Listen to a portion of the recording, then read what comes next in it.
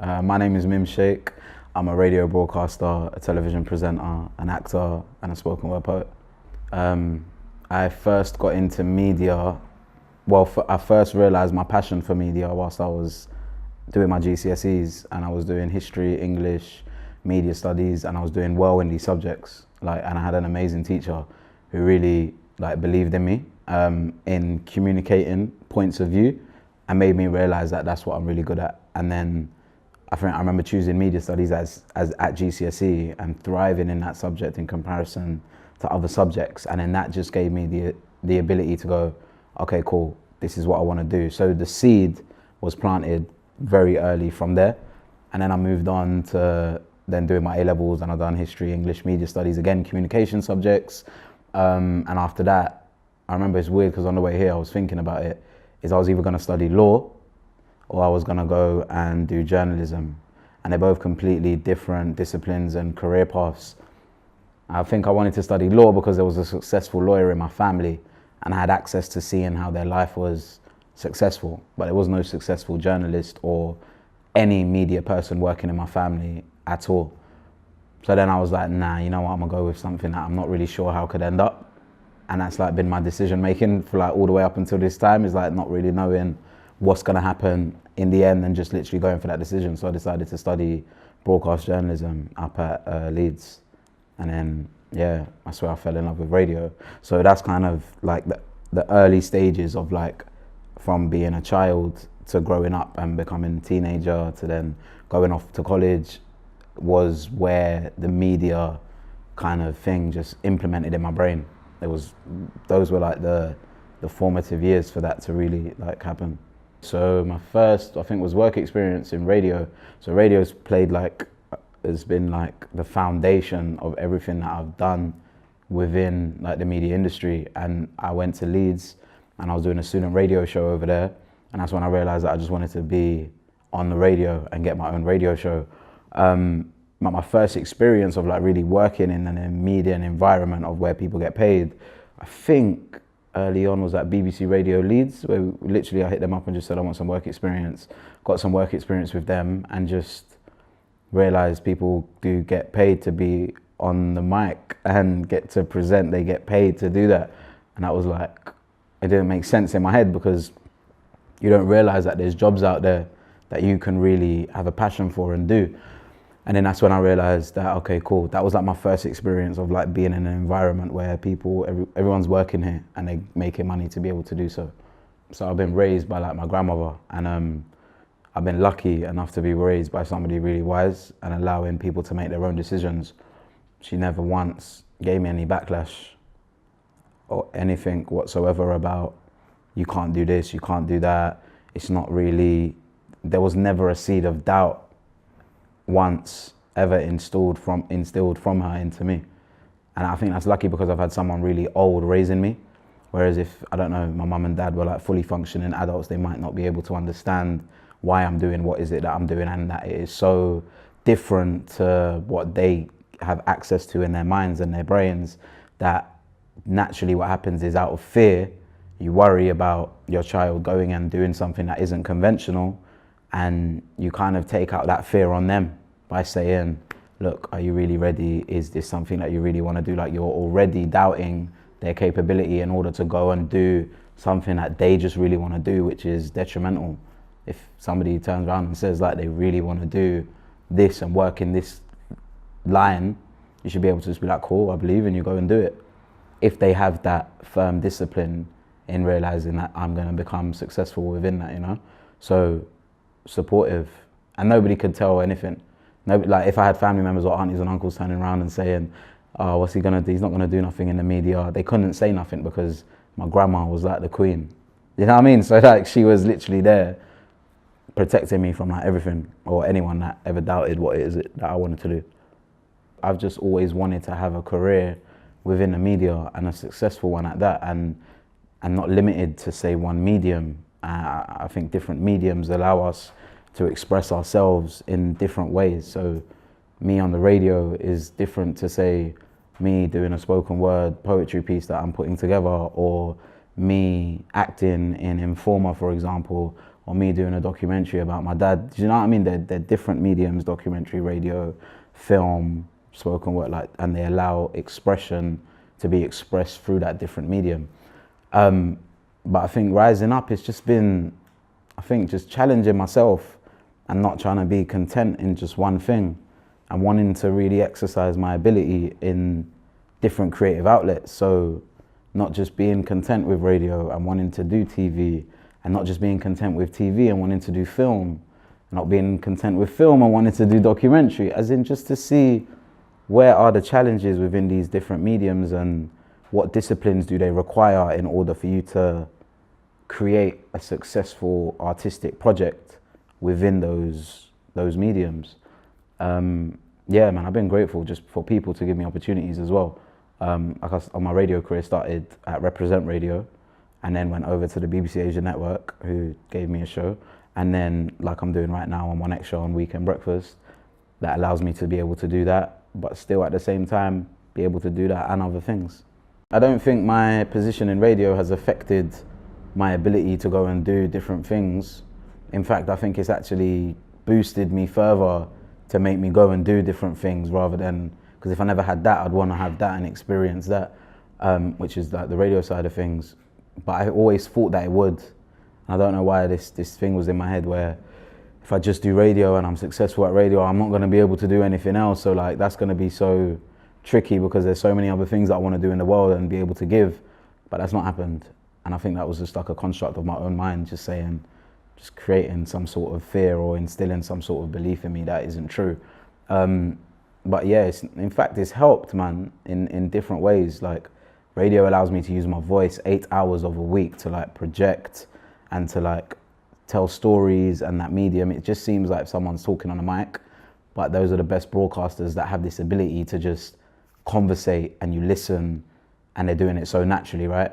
But there's a real skill and discipline to that you're only really gonna get after you've done it for so many hours. And I've done more than 10,000 hours of radio for sure. But then that skill allows you to use that in different mediums where else you're working, but in a different way. There's been producers, radio producers, that have believed in me early on, more than I believed in myself. That really gives you confidence at a really young age. There's been producers, there's been editors, there's been heads of programs, there's been people that work behind the scenes, but then there's also people, there's talent on radio and on screen that have helped just as much, because they understand what it takes to get to where you are trying to go to. And I think that's been really helpful. And I think that's really powerful for young people, which is having access to see people with your own eyes doing something that you see yourself doing. When you see that for yourself, you're like, yo, this is doable and this is achievable, and I can definitely go and make this happen, because you're actually seeing this person that you've had an idea of literally in person and operating. That it definitely boosted my confidence in my self-belief to know, if he's doing that, then what's stopping anyone from doing really what is it that they're doing? Yeah, so it's loads of people, bro. Me going into acting is a very, it's such a long explanation in regards to why acting is in my life, and that is, I've always been an actor since I was young, as in just in my reality, which is it's kind of hard to explain, but I'm gonna explain it, which is, I've moved around so much in my life that I've had to kind of act my way through scenarios and situations. That was kind of like my survival mechanism. So I didn't know that what I was doing when I was young, that was just happening. And then as I started getting older and and then the media started coming into my life, and then I started realizing that, no, this is something that I want to do. I want to create, I want to entertain. I don't know where that came from, but it's just there, this ability to wanting to just entertain people. And then what I realized afterwards is that that's always in me, right? And then now it's exercised in a different way. So my first thing that I'd done, acting wise, I've been creating YouTube videos on YouTube for the last 3 or 4 years with the help of Jump Off TV and prank videos, sketches, just wanting to just create and entertain and make people laugh. My first acting gig was, my actual first paid acting gig was when I was at the Asia Network at the BBC, helping out on shows behind the scenes. So this is before I became a presenter. I was grafting away as an assistant producer, and Riz Ahmed came in for an interview, and he literally was casting for a short film called Daytimer. And then since he put that out, I was literally there in my early 20s, just being loud, like just cracking jokes, not caring about what I say, who I offend. And he was literally there like, what do you do here? Like, have you got a job? What are you just noise in the background or something? And I was like, yeah, no, I got a job. I work it here and I do this. And then he said, I'm casting for this short film, and I'm sending him my videos afterwards. And he literally just said, yo, come down to this casting that we're having for the short film. I went in, I done the casting, and I got the role. It's a very small role. It was like 2-3 lines in this whole short film, which was shot over 3 or 4 days, called Daytimer. And bro, I can't explain to you, but I was on set on Daytimer on this short film, and I really felt this like amazing energy, which was the same of me being in front of a microphone on the radio. Like it was like the same feeling of like what I get like in terms of passion.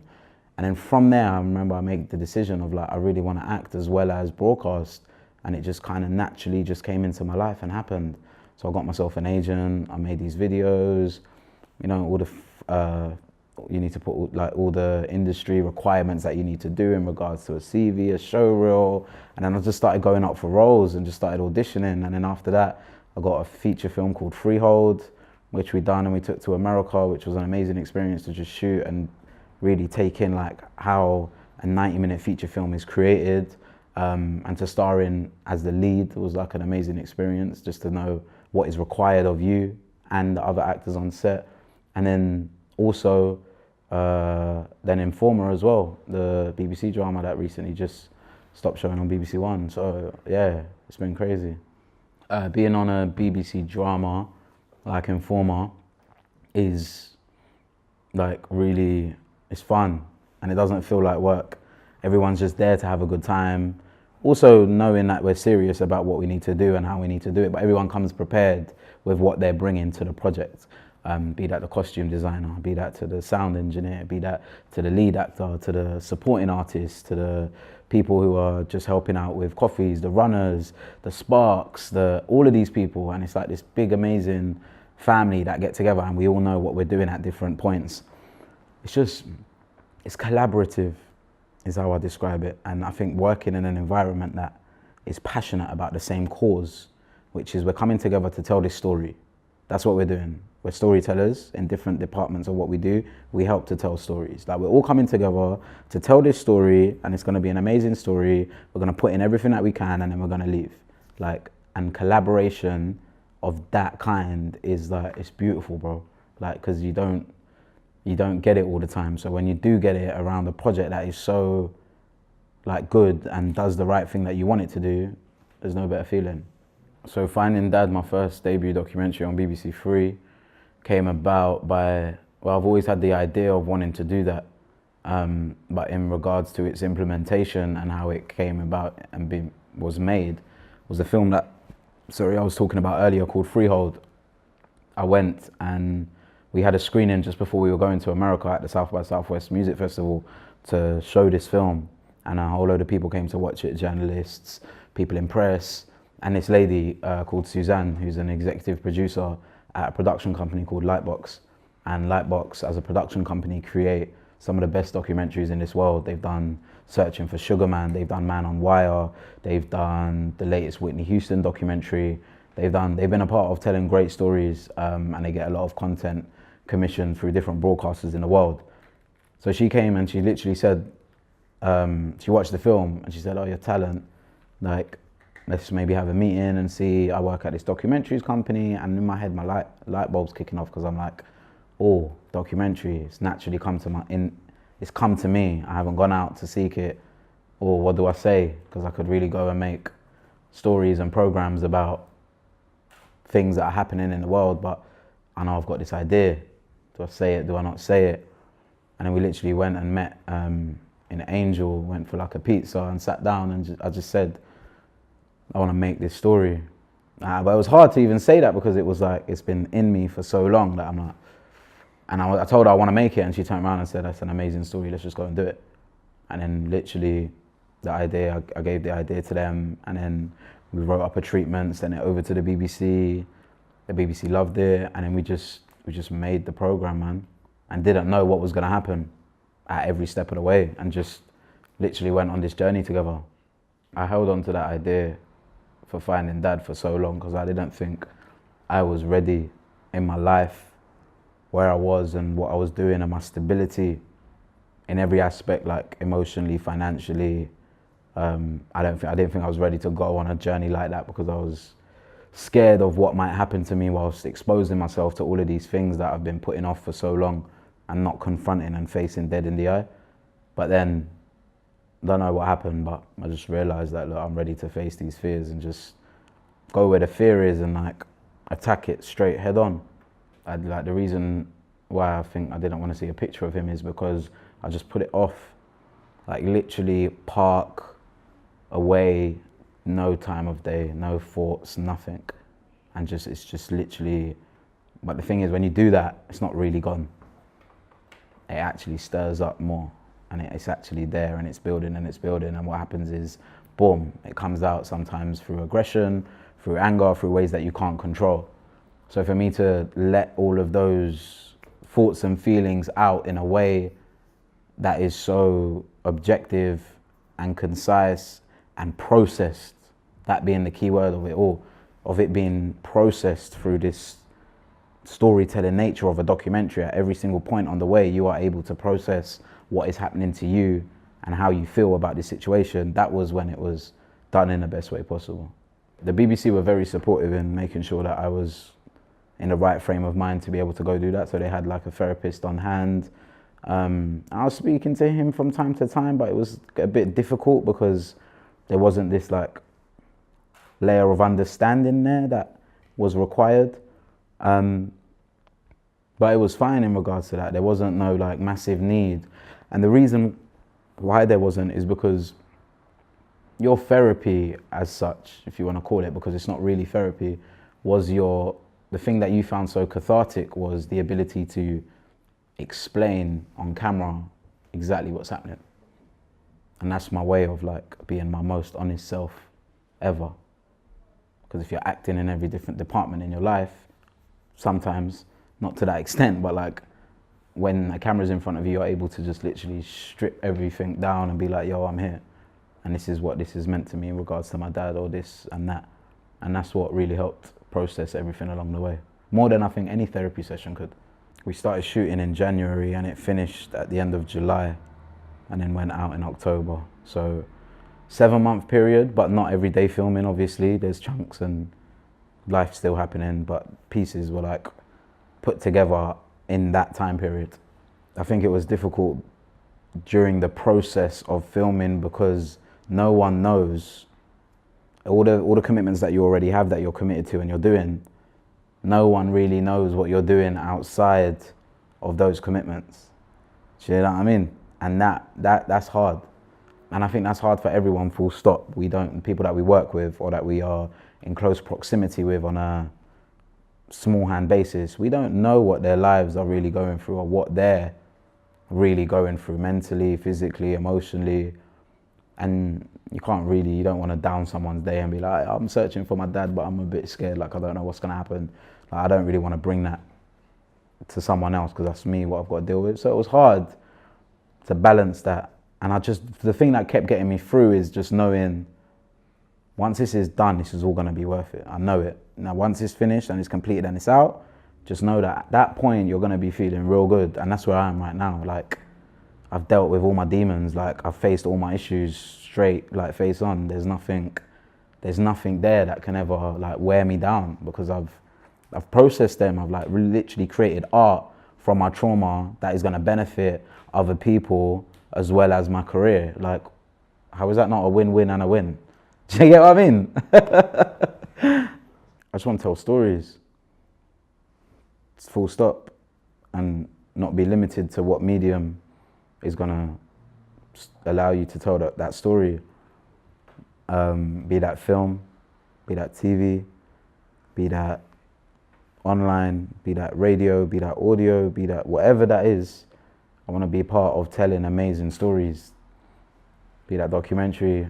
If I can tell stories and people can learn from those stories, then as a storyteller, that's my job done, and done in a good way. And I feel like by telling my story first and foremost as an introduction to who I am, is going to allow me to go on and be like, oh yeah, I know who that person is, because he shared his whole life with us, and now he's going on and bringing us stories about this happening over there, or this happening in this country, or even writing his own stories about his experiences of what it's like being a British, Asian, Pakistani kid living in South London, but having like loads of black friends and growing up in environments where that's not really accepted. Do you know what I mean? So there's so many stories in my brain and that I have access to that I'm going to be telling within my career, and that's what I just want to carry on doing. So there's no like, I want to work in this medium or that. I just want to story tell. I just want to tell stories, bro. Yeah, there's definitely stories that I would want to tell. There's stories that I'm working on at the moment that I think need to be told. And a reason for that is to show that people are represented and that there's a voice for them as well. Yeah, because I think you can definitely feel like an outsider or left out if, I don't know, you might see yourself as being different, but that difference that you see in yourself is really your gift, and it's what actually makes you so individual and so unique. So if you see something on screen that is like really speaking to you, you don't feel so distant or left out or as an outsider anymore. You feel really like connected, or yo, I'm here because that person's there. Do you get what I mean? Yeah, so if I have the ability to do that, which I do, and it's just a slow burning process in order to be able to bring that into life, into fruition, then that will definitely happen. What I would say to young people who have a passion for media but don't know how to get into the industry is, don't worry about no industry. Like, create your stuff. Just make whatever it is that you think you're good at within the media. Just make and put out, and don't fear what you're putting out. Because I was literally talking to a friend of mine the other day, and she was saying she's got these amazing paintings and she's doing nothing with them, but they're amazing, and they're just literally sitting on the living room at a place, and I'm like, yo, these are sick, you need to really put them out. But she fears the ability to put it out because she doesn't know what people are going to say, and that's, I think as a creative, a lot of people might suffer from that.